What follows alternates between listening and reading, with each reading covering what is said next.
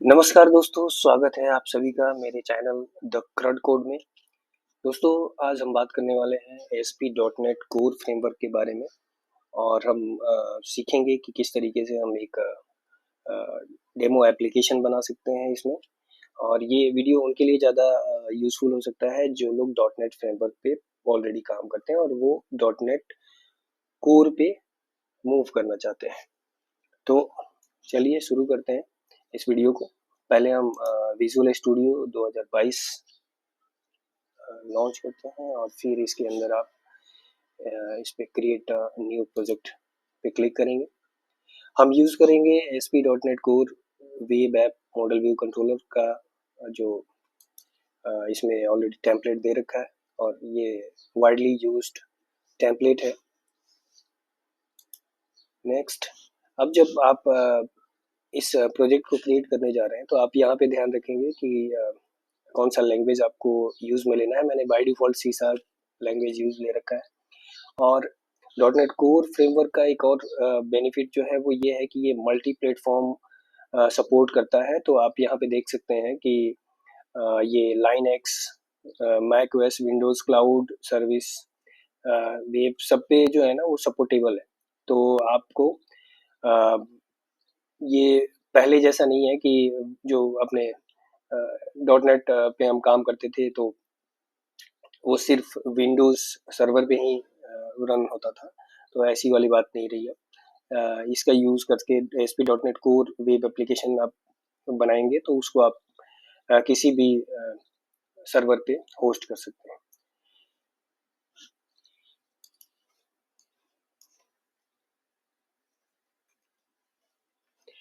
तो हम अपनी एप्लीकेशन बनाते हैं और एक जगह हम कहीं पे पहले सेव कर लेते हैं। ये मैंने इसके अंदर अपनी एप्लीकेशन डेमो 1 बना के पाथ डिफाइन कर लिया और इसको सेव करते हैं। ये बाय डिफ़ॉल्ट फ्रेमवर्क 8.0 इसमें जो लेटेस्ट पड़ा हुआ है उसका यूज़ में ले रहा है। आप कोई और फ्रेमवर्क इंस्टॉल करके और उसका यूज़ कर सकते हैं, बट अभी हम इसी फ्रेमवर्क पे काम करेंगे जो हमारे पास अवेलेबल है। नेक्स्ट,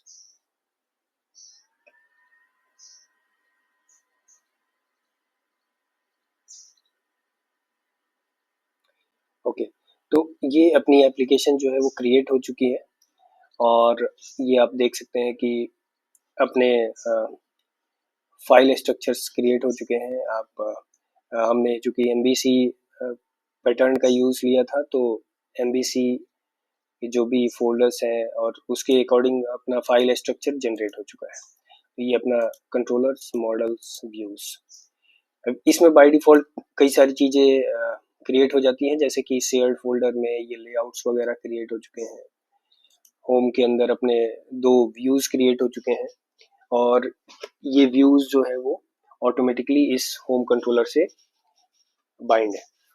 तो यहाँ पे आप होम कंट्रोलर देखते हैं तो यहाँ पे इंडेक्स, प्राइवेसी, ये जो हमने बाय डिफ़ॉल्ट इसमें व्यूज़ देखे उसके अकॉर्डिंग ये भी अपने इससे कनेक्टेड है।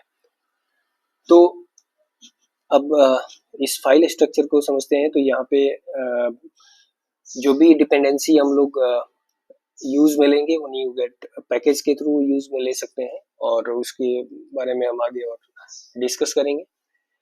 तो जब भी कोई थर्ड पार्टी या फिर माइक्रोसॉफ्ट का ही कोई डिपेंडेंसी यूज़ में लेना है तो उसको हम NuGet पैकेज के थ्रू यूज़ में ले सकते हैं। और जो भी स्टैटिक फाइल्स हम यूज़ में लेंगे, जैसे कोई भी जावास्क्रिप्ट CSS हम बनाते हैं या फिर कोई जावास्क्रिप्ट लाइब्रेरी हम यूज़ में लेते हैं तो उसका भी हम यूज़ में लेंगे और उसको हम इसके स्टैटिक फाइल जो अपना ये बना हुआ है फाइल स्ट्रक्चर के अंदर में उसका यूज़ लेके और इसी में ही हम उसको रखेंगे। इसके अंदर आप देख सकते हैं इन्होंने बाय डिफ़ॉल्ट जो है बूटस्ट्रैप और jQuery का यूज़ किया हुआ है। तो इनके थ्रू आउट एप्लीकेशन जो है वो यही यूज़ होता है। आप चाहो तो कोई और भी यूज़ कर सकते हो, बट ये जो है वो स्टैंडर्ड है और इससे आप बूटस्ट्रैप और jQuery फ्री है तो आप इसका यूज़ ले सकते हो। और इसके आप बेनिफिट ये भी है कि इनके जो है ना CSS और जो है वो टेम्पलेट जो है वो ऑलरेडी आपको बने भी मिल जाते हैं, तो उसमें आपको कोई भी वेब एप्लीकेशन बनाना और आसान हो जाता है। तो आप bootstrap.com पे जो भी इसकी ऑथराइज्ड वेबसाइट है getbootstrap.com, यहाँ पे आप जाके इनके एग्जांपल्स डॉक्यूमेंट्स चेक कर सकते हैं कि आप इसको कैसे यूज में ले सकते हैं अगर आपको नहीं आता है तो।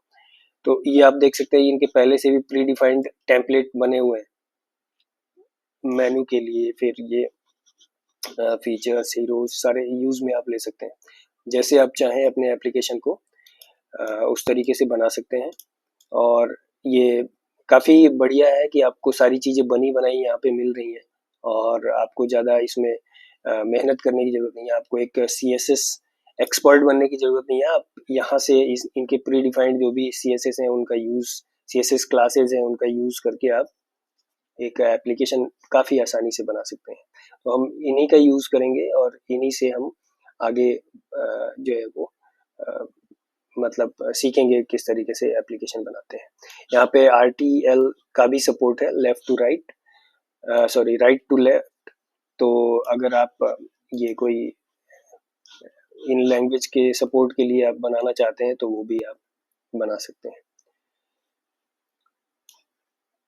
तो बूटस्ट्रैप जो है वो काफ़ी यूज़फुल है, हम इसका यूज़ करेंगे आगे।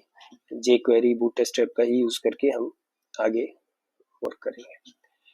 तो यहाँ पे आपने देखा कि ये है फाइल स्ट्रक्चर। अब हम इस एप्लीकेशन को एक बार रन करते हैं।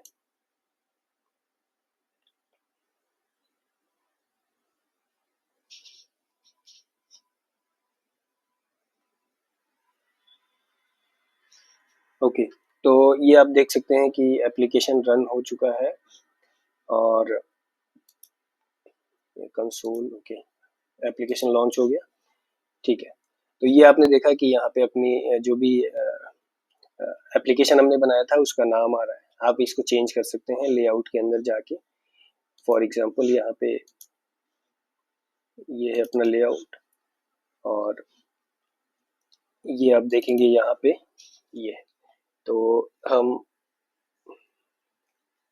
इसका नाम भी चेंज कर सकते हैं। चेंज करके जैसे ही मैंने हॉट रिलोड किया, ये यहाँ पे क्या है कि इन्होंने हॉट रिलोड भी ऑप्शन दे रखा है। आप चाहे तो कोई भी चीज़ इसमें चेंज करके और उसको अप्लाई करेंगे, हॉट रिलोड करेंगे तो वो इंस्टेंटली जो है वो चेंज हो जाएगा और रिफ्लेक्ट हो जाएगा यहाँ पे। तो आपने देखा मैंने जैसे टाइटल चेंज किया एप्लीकेशन का, यहाँ पे वो रिफ्लेक्ट हो गया। तो ये बेनिफिट है हॉट रिलोड का भी यहाँ पे। और डॉट नेट कोर काफ़ी लाइट वेट है, इजी है, आपको मतलब मज़ा आएगा काम करने में इसमें। काफ़ी आसानी से इस पे काम कर सकते हैं। अब अ, आप देख सकते हैं यहाँ पे अपने पास दो ही ये नेविगेशन लिंक्स पड़े हुए हैं। आप चाहें तो मल्टीपल क्रिएट कर सकते हैं, ज़्यादा कुछ नहीं करना है आपको। आप यहाँ पे ये देखें, आप नेविगेशन बार बना हुआ है और इसी का यूज़ कर रहे हैं। एक तो ये हमने यहाँ पे चेंज किया, ये जो टाइटल था एप्लीकेशन का, फिर यहाँ पे ये नेविगेशन बार का यूज़ कर रहे हैं। इसी में हम और नेविगेशन लिंक ऐड करना चाहते हैं, नेविगेशन आइटम क्रिएट करेंगे और लिंक यहाँ पे ये हम सेम ही व्यू कंट्रोलर का यूज़ करेंगे। उसी के अंदर हम एक और एक्शन बना देते हैं टर्म्स के नाम से, उसकी टाइटल भी चेंज कर देते हैं टर्म्स। और ये मैंने सेव किया, इसको हॉट रिलोड किया, कोड अप्लाई हो गया, आप देख सकते हैं। और ये देखिए ये अप्लाई होके यहाँ पे चेंज आपका दिख गया। बट अब जैसे ही आप टर्म्स पे क्लिक करेंगे तो देखते हैं ये क्या होता है। ओह, अब आप देख रहे हैं कि यहाँ पे इसने बोला this page is not found, मतलब कि हमने एक्शन तो बना दिया लेकिन इसके लिए हमने कोई व्यू क्रिएट नहीं किया, जिसकी वजह से ये एरर दिख रही है। अब आते हैं हम यहाँ पे। अब हमें क्या करना है, अपने व्यू कंट्रोलर पे जाना है और व्यू कंट्रोलर पे जाने के बाद हम एक एक्शन क्रिएट करेंगे। सॉरी, हमने एक्शन भी इसका नहीं बनाया, तो पहले हम एक्शन क्रिएट करेंगे।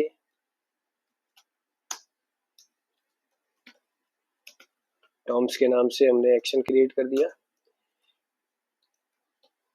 रिटर्न क्या करेगा, ये एक व्यू को रिटर्न करेगा। तो हमने ये एक्शन बना दिया। अब इसके लिए हमें ये एक्शन बनाने से भी काम नहीं होगा, हमें इसके लिए व्यू भी बनाना पड़ेगा। तो इसके अंदर हम एक व्यू भी ऐड कर सकते हैं। तो आप चाहे तो न्यू आइटम करके कर सकते हैं। यहाँ पे ये इनेबल नहीं दिख रहा है क्योंकि ये एप्लीकेशन रन हो रही है, तो हमें एप्लीकेशन को स्टॉप करना पड़ेगा। ज़्यादा इजी हो जाता है अगर आप यहाँ से डायरेक्ट राइट क्लिक करके ऐड व्यू करते हैं, लेकिन क्योंकि ये एप्लीकेशन रन हो रहा है तो हमें पहले स्टॉप करना पड़ेगा और यहाँ से हम राइट क्लिक करके ऐड व्यू करते हैं। हम रेजोर व्यू एम्प्टी टेम्पलेट का यूज़ करेंगे, ऐड करते हैं। यहाँ पे ये ध्यान रखना है कि आप नाम सेम रखें, तो इनका क्या है ना कि हमें रिलेशन इजीली पता चल जाता है। तो ये आप देख सकते हैं, ये व्यू हमारे इसी फोल्डर के अंदर में क्रिएट हुआ। तो ये बेनिफिट है कंट्रोलर से एक्शन बना के और फिर वहां से ही उसका व्यू ऐड करने का। तो वो अपने स्पेसिफाइड जो भी अटैच्ड उसका व्यू है उस कंट्रोलर का, उसके अंदर में वो व्यू क्रिएट हो जाता है।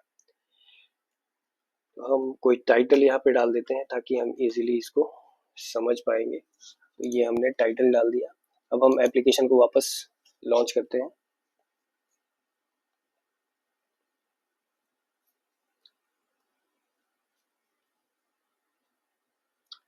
ओके, तो ये अपनी एप्लीकेशन लॉन्च हो चुकी है। अब हम टर्म्स पे क्लिक करते हैं तो ये देखिए ये चेंज अपना हो चुका है। इस तरीके से आप मल्टीपल यहाँ पे व्यूज बना के और उनका लिंकिंग कर सकते हैं यहाँ से नेविगेशन लिंक से। आप फुटर में भी सेम वैसे ही कर सकते हैं और फुटर में करने के लिए आप लेआउट में ही जाएंगे वापस और यहाँ पे आप देख सकते हैं यहाँ पे ये बना हुआ है। तो आप चाहें तो वापस टर्म्स को प्राइवेसी पॉलिसी के साथ एक और फॉर एग्जांपल मैं ऐसे ऐसे क्रिएट करता हूँ और हम यहाँ से लिंक कर सकते हैं टर्म्स। तो ये आप देख सकते हैं कि हमने ये एक और लिंक यहाँ पे क्रिएट कर दिया। हमने यहाँ पे भी अगर एप्लीकेशन का नाम चेंज करना है तो कर सकते हैं। इसको हॉट रिलोड करते हैं, अप्लाई कोड चेंज सक्सेसफुली। ये आप देख सकते हैं यहाँ पे प्राइवेसी पॉलिसी और टर्म एंड कंडीशन भी अपना फुटर में आ चुका है।